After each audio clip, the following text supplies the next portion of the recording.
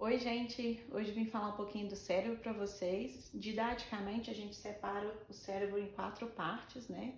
Não é assim tão simples, mas para a gente simplificar, a gente faz dessa maneira, né? O cérebro, então, se desenvolve de baixo para cima, de dentro para fora, sequencialmente, né? Então, eu penso muito no cérebro como uma casa, né? Se a fundação da casa não for boa, não adianta eu fazer paredes boas e bonitas, nem o teto bom e bonito, né? Porque vão ter sempre problemas nas paredes e no teto se a fundação não for uma fundação bem feita, né? O cérebro é a mesma coisa. Então, a primeira parte do cérebro que se desenvolve é o tronco cerebral. E o tronco cerebral, ele é responsável por funções automáticas que o nosso corpo faz, né? Por exemplo, a respiração, batimento cardíaco e apetite. Depois que essa parte do cérebro se desenvolve, né, é formada pelo menos, a gente tem o diencéfalo, começa a se desenvolver. O diencéfalo, ele é responsável pelo movimento do nosso corpo, né? Então, se a parte do meu cérebro, o tronco cerebral, não for bem desenvolvida, né? Se eu tiver problema nesse desenvolvimento, eu já vou ter problema no meu movimento, problema nessa parte do meu cérebro. E aí, depois de ter desenvolvido essas partes, eu vou desenvolver o sistema límbico, que é responsável por emoções, relacionamentos, conexão, apego, né? Teoria do apego, a gente vai conversar depois sobre isso também. Pois se todas essas partes estiverem sendo formadas e desenvolvidas, eu vou ter o neocórtex.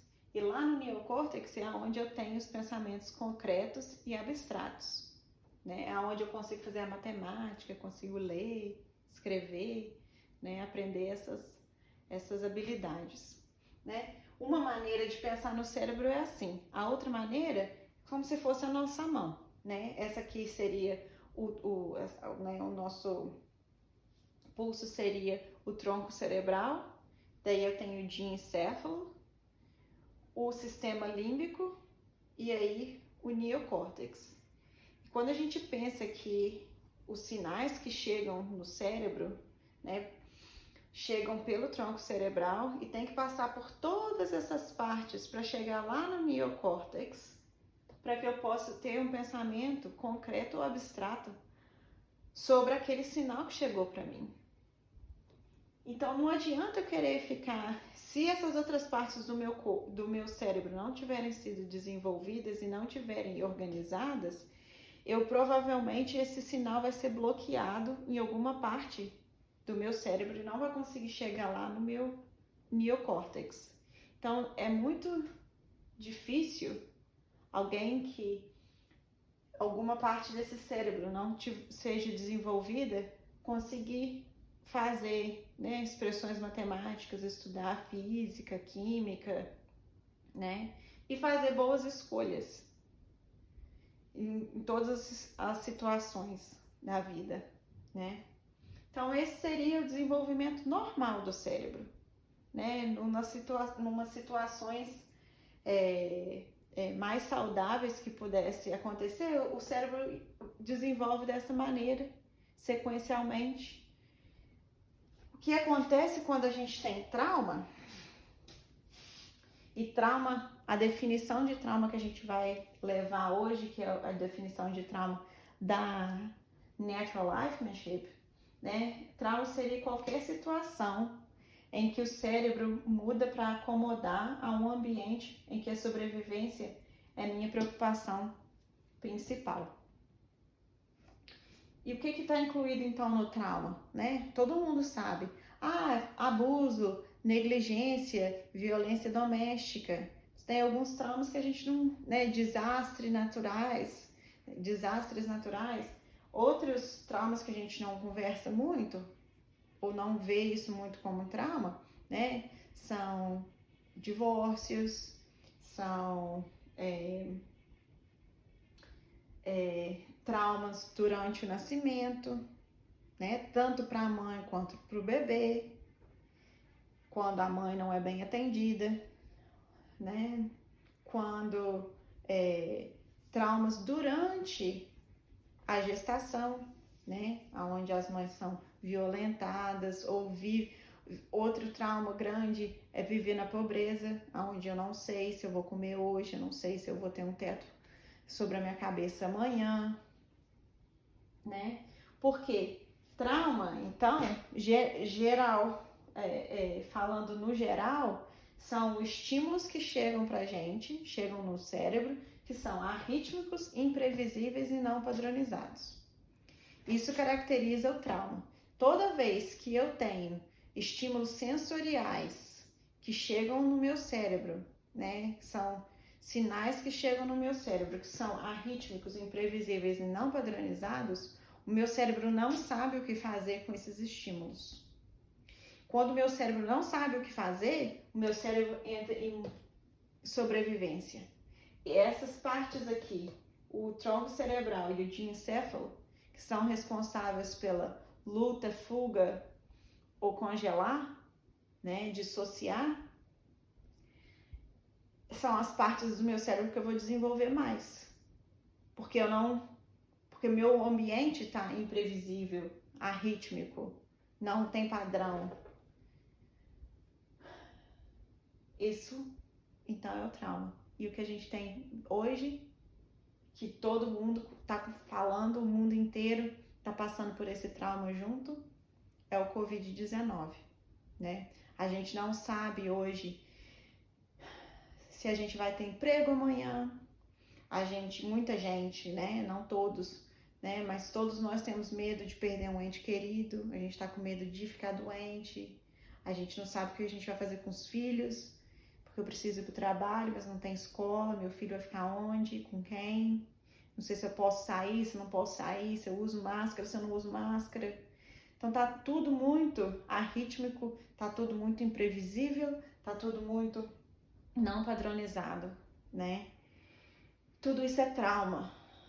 É trauma pra gente, é trauma para as crianças que estão com a gente, é trauma para todos, né? E quando a gente pensa em trauma, então, a boa notícia é que a gente tem como reverter isso. A gente tem como.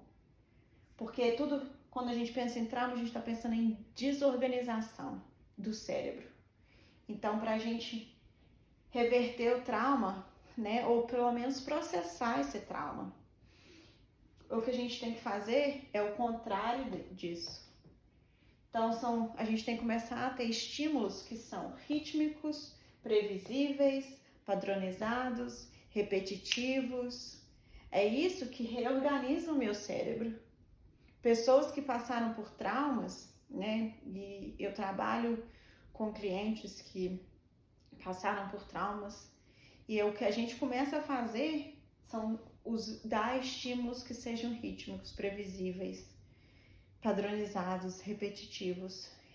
Como a gente começa a reorganizar o cérebro, né?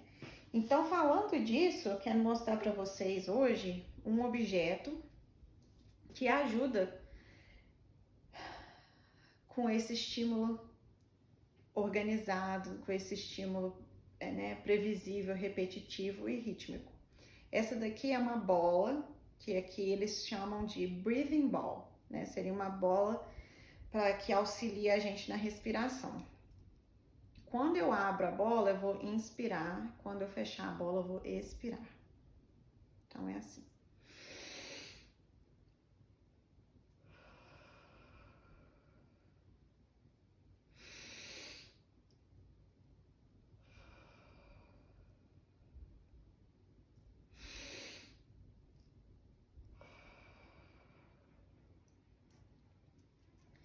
A bola tá me dando um estímulo visual, tá me dando um estímulo de tato, porque eu estou fazendo com as minhas mãos, né? E tá me ajudando com a respiração. Ela faz 3 coisas ao mesmo tempo para mim, né? Tá me ajudando a me regular de 3 maneiras diferentes ao mesmo tempo. Eu adoro essa bola, eu acho muito legal. Criança, então, ama. essas bolas, mas até os adultos que a gente trabalha aqui acham interessante quando a gente apresenta essa bola para eles, né? Muita gente não consegue, você pede, né, quando você pede alguém para respirar fundo, a gente está pedindo ela para ter acesso a essa parte do cérebro. E se ela não tiver essas outras partes reguladas, ela não consegue ter acesso àquela parte. Então, tendo alguma coisa que seja aqui, que está envolvendo movimento, que está, né, sendo estímulos que vêm até você passivamente, né? Você também pode fazer e pedir a criança ou o seu paciente para estar olhando para a bola e passivamente tá ganhando essa regulação, né? Eu acho ela muito interessante.